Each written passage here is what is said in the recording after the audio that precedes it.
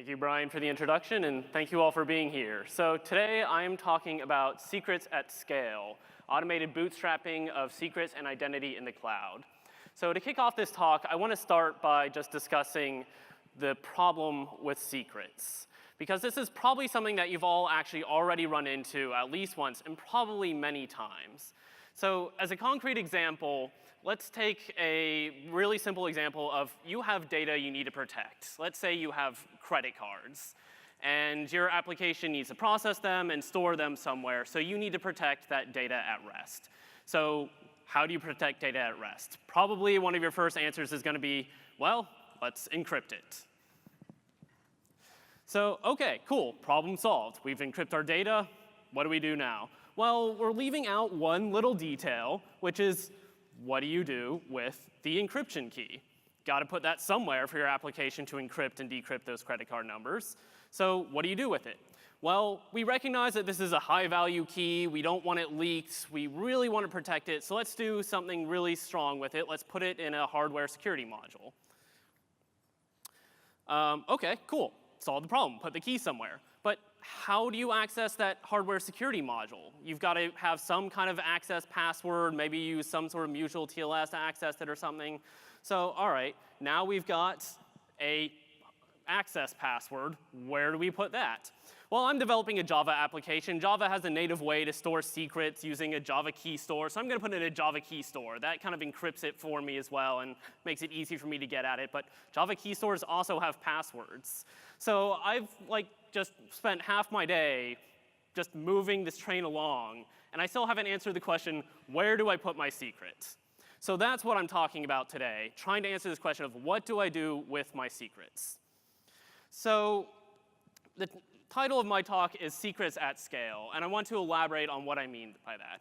And first of all, what do I mean by secrets? So I gave you one example, but that's not the only example of what secrets your application might have. Maybe you're working on a web application, and you've got a web certificate that you need to serve up traffic. You probably have a database somewhere in the back end, and you have a password to access that, and that password is another secret your application needs. If you have some kind of HMAC system where you're authenticating requests, then you've probably got a bunch of HMAC keys you've got to deal with. If you're encrypting something like credit cards that are in the database or any other data at rest, then you've got that encryption key you've got to deal with. If you're interfacing with some kind of third-party API, then you've probably got some other credential for interfacing with that third party. So when I'm talking about secrets, I'm talking about all of these things, the things that your application needs to do its work, to start up and start doing its job. I'm not really worried about credit card data itself, because we assume that sits somewhere and then we encrypt it. But I'm worried about those crypto keys, because that's what your application needs to start up and do its job. So that's what I mean by secrets. So what do I mean by at scale? So I work at Netflix, and at Netflix, when you have an application, you don't just have one instance of your application. You have hundreds or thousands. We are operating with millions of customers, and we have to operate at a really large scale. So in order to work at this scale, services at Netflix have to have a number of properties to function. So the first thing that they need is to be able to do is to auto-scale. So we have changing demand up and down throughout the day. Sometimes there's issues that cause us to need to shift traffic around. So we have to be able to just throw more instances at it and have those things come up and start working. So when you are able to scale all these systems up, then that also implies that sometimes you don't need all those systems. So what goes hand in hand with that is that everything in your infrastructure should be ephemeral. You should be confident that you can just throw things away and not have to worry about it. So some fundamental assumptions go into how you design your services to make that work. But it means that however we're going to solve this problem of secrets also needs to have not a lot of commitment involved as we bring new instances online. And something that also goes hand in hand with these two properties is that your services should be self-healing. So if there's some kind of underlying hardware issue or network issue and some of your instances just kind of disappear, then you should be able to auto-scale back up, get those instances back in your cluster, have them become healthy, and just keep on rolling. And just in case you think that you're using a safe provider and that kind of thing probably doesn't happen that often, you probably haven't heard of Netflix's most notorious open source project called Chaos Monkey, which just wanders around our infrastructure and turns things off just to see what happens. So we have to be able to survive that as well and bring instances back and get them healthy again. So however we solve this problem of getting secrets in our applications, it has to have all of these properties as well. So when you start discussing this, you come up with some sort of solutions right out the gate that you think of. Like, maybe I'll just put everything in a config file and then put that on the instances when it starts up, and then that has all the secrets in it, which works if you've got like monolithic applications and you've just got sort of a fixed number of instances, but you're not going to be able to auto-scale. That doesn't work. So, all right, what if you just encrypt all the secrets? Well, I basically went through that on the first slide. Like, you can do that, but then you've got a decryption key that you need to protect. So it doesn't actually solve the problem. It just moves it to the side. What about putting the secret somewhere else, at some like HTTP server, it's at some hidden URL that only your application knows? Well, now that URL is itself a secret that gives you access to all the other secrets. So you really need to protect that, otherwise it's not a secret anymore. Everyone knows it. So all the solutions that you kind of immediately think of are the same thing as that first slide, where you just end up moving your problem somewhere else, and you're just protecting one secret with another. And if you're going down this road and trying all these solutions, it's basically just turtles all the way down. You're just stacking encryption and crypto and passwords and not solving the problem, because you're never finding that bottom turtle. So last year at AppSec USA, Daniel Summerfield gave a talk titled Turtles All the Way Down, Storing Secrets in the Cloud and the Data Center. And he basically enumerated a lot of the solutions that people have come up with to try and solve this problem, because it's not new. If you have web applications, you have secrets. So how are people thinking about this problem today? So one class of solutions that exists is basically putting encrypted versions of your secrets in the source code, and then having it automatically decrypt as you check out the code and build. So there's various solutions that do something like this, like Blackbox or GitCrypt. And the problem is, that means that anyone that checks out the source code needs the decryption key for these secrets. So suddenly you have to worry about managing decryption keys among all your developers. And also it means that all of your developers have access to all the secrets, because they have the keys needed to check this out. And that's not to mention the fact that your CI tools also need access to that key. And so now you've got that key like everywhere, and now kind of everyone knows your secret, which doesn't really make it secret anymore. So this isn't good for us. We don't like this. So, all right, we're not going to use one of those solutions. What about something like Chef Vault or Ansible Vault? So these are tools that orchestrate environments, they manage clusters, and they've got tools and modules that also let you manage secrets. So kind of the way that works is you've got some sort of orchestration server or orchestration environment, and it's able to push secrets down onto instances. And it's got a really cool like PKI infrastructure where you protect secrets in such a way that only the applications can access them. And I spent a while reading all this documentation, and it's actually pretty cool. But then I get like 7 pages in, and I see this paragraph that says, once access is granted, an instance can get at the secrets it needs, but you need to bootstrap these instances with a private key. So it's incompatible with auto-scaling and self-healing. I'm like, all right, well, I just wasted half a day on that, so let's move on. So the last class of solutions that Daniel Summerfield talked about in that talk is what he was calling secret services. So that's something like HashiCorp Vault or Square KeyWiz, which is an open source solution. And it's a little similar to an orchestration service where there's a server that has secrets, but instances reach out to that server and request secrets from it. So in order to understand how that works, you have to understand why there can't just be a rogue instance that can also reach up to that instance, the secret service, to get the secrets. And the HashiCorp Vault documentation also explains that. So it says that when performing any operation, you have to be authenticated. And HashiCorp Vault authenticates using tokens, and it grants tokens once it verifies your identity. So it's fundamental to understand how to identify the applications accessing the secret service. So this gets us into the identity problem. And fundamentally, secrets and identity get linked this way. So how do you identify yourself to something like a secret service? So there's all sorts of traditional remote authentication schemes. When you're just talking about like a regular old web application, and you get a clicker that works, you have something like usernames and passwords. We're familiar with that. And in this case, the password is some secret you use to prove who you are. If you're using an API, you probably have something like a token or a client secret, and this is the shared secret that you use to prove who you are. And if you're doing something like authenticated requests, where you have a shared HMAC key, you use that to sign requests, and that proves who you are.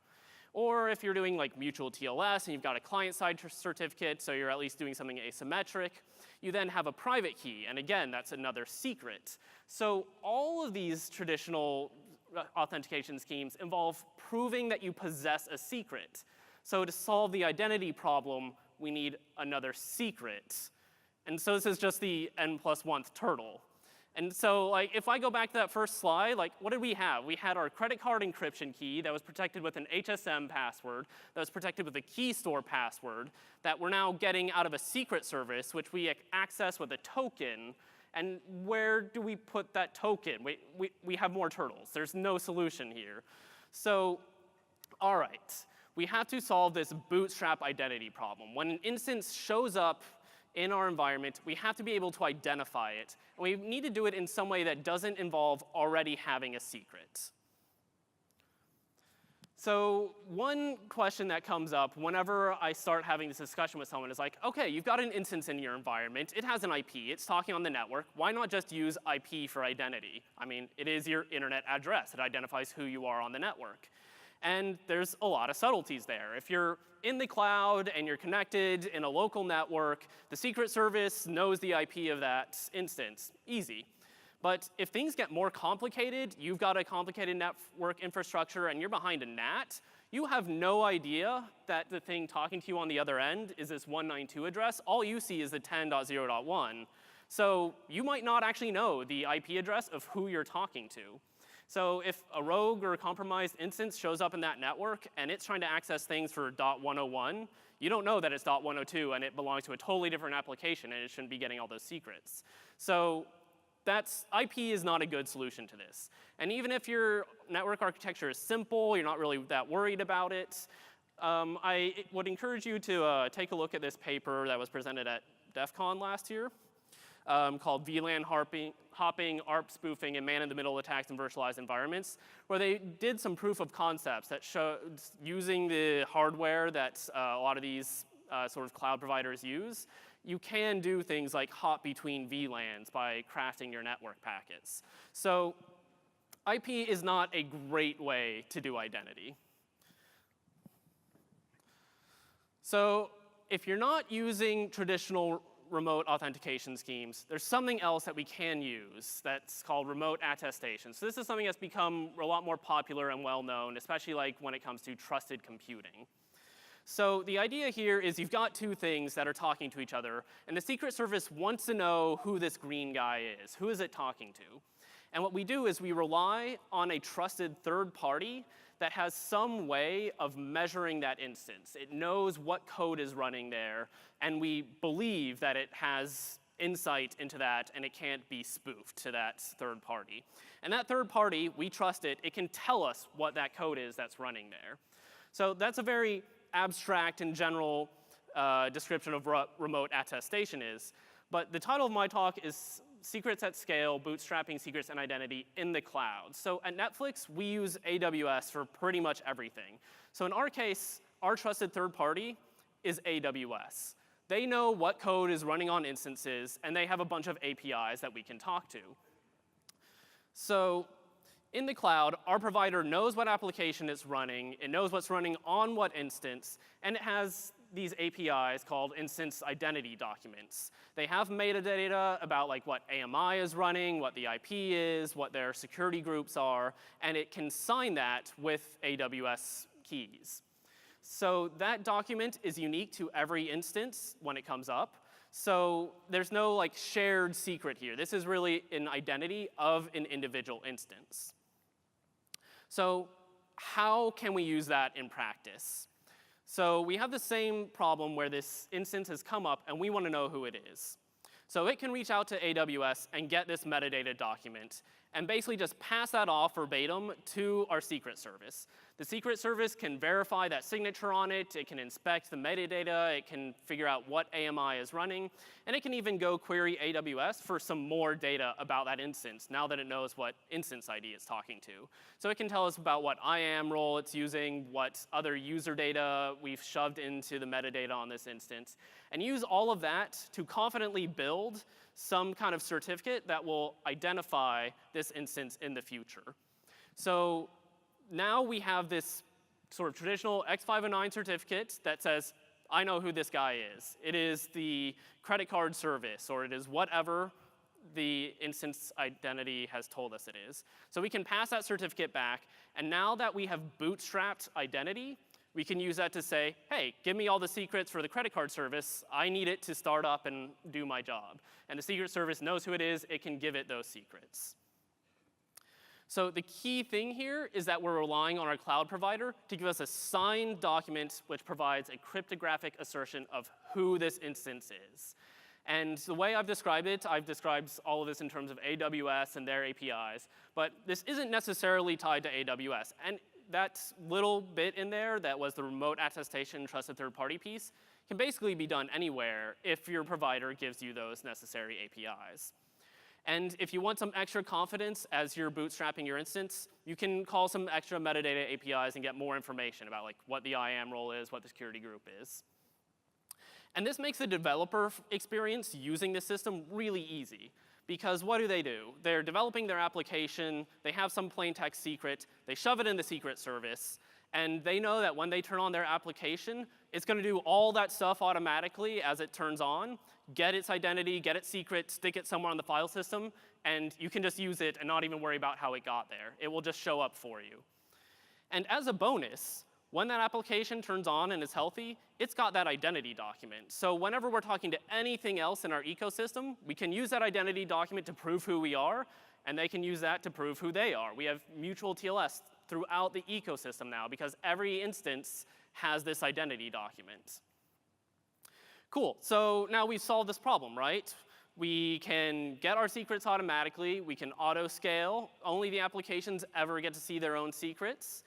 But how does that secret server come up, right? Because I've kind of glossed over that. There's all these instances that come up, and they're able to get their secret. But we've got these turtles at the bottom now. One is AWS, and they do their own thing. We don't really worry about how they bootstrap their systems. But we've got our secret service that needs access to the key to create those certificates, to decrypt its database of secrets. So how does it get its secrets? Well, I mean, you can go the old-fashioned route to manually seed it. We've at least reduced the scope of the problem to one application. But I still don't want to wake up at 3 a.m. in the morning when Chaos Monkey kills one of these things. So what can we do to get the secret service to bootstrap its own secrets? But I've already answered that question, because there's actually nothing special about the secret service. It can use the exact same process to get its secrets when it turns on. So let's say one of these instances dies. Well, we automatically scale up a new instance of the application. It goes out to AWS, gets its document, reaches out to one of these services that's still alive. It gets back its identity document, uses that to request its secrets. It gets its secret, and now it is ready to go. It becomes a healthy node, it rejoins the cluster, and we are back where we started. So short of an apocalyptic scenario where we lose everything in our ecosystem, we can always bootstrap from one of the remaining secret services and get back up to the size we wanted. So in this case, the last turtle is the last turtle. It can stand on itself. It can bootstrap itself. So it's self-referential. So that gives us the bottom turtle in the stack once and for all. So what did we get from this? Well, we solved the secret storage problem by solving the bootstrap identity problem. We have come up with a way to prove to other instances who we are using these APIs available from AWS. As a bonus, though, that identity is reusable throughout the ecosystem. So every instance now, not just when it's talking to the secret server, can prove who it is. The secret server itself is a client of itself, so it can use it to bootstrap its own secrets and come up healthy. And it makes it an end-to-end solution that's auto-scalable, ephemeral, and self-healing. And most of all, we have a clear, simple answer to where do I put my secret. If you're developing an application, you have a secret, you put it in the secret service, and you can be confident that when your application turns on, it'll be there, and you don't have to worry about it. So that is my presentation. Thank you all for coming, and I'll take questions.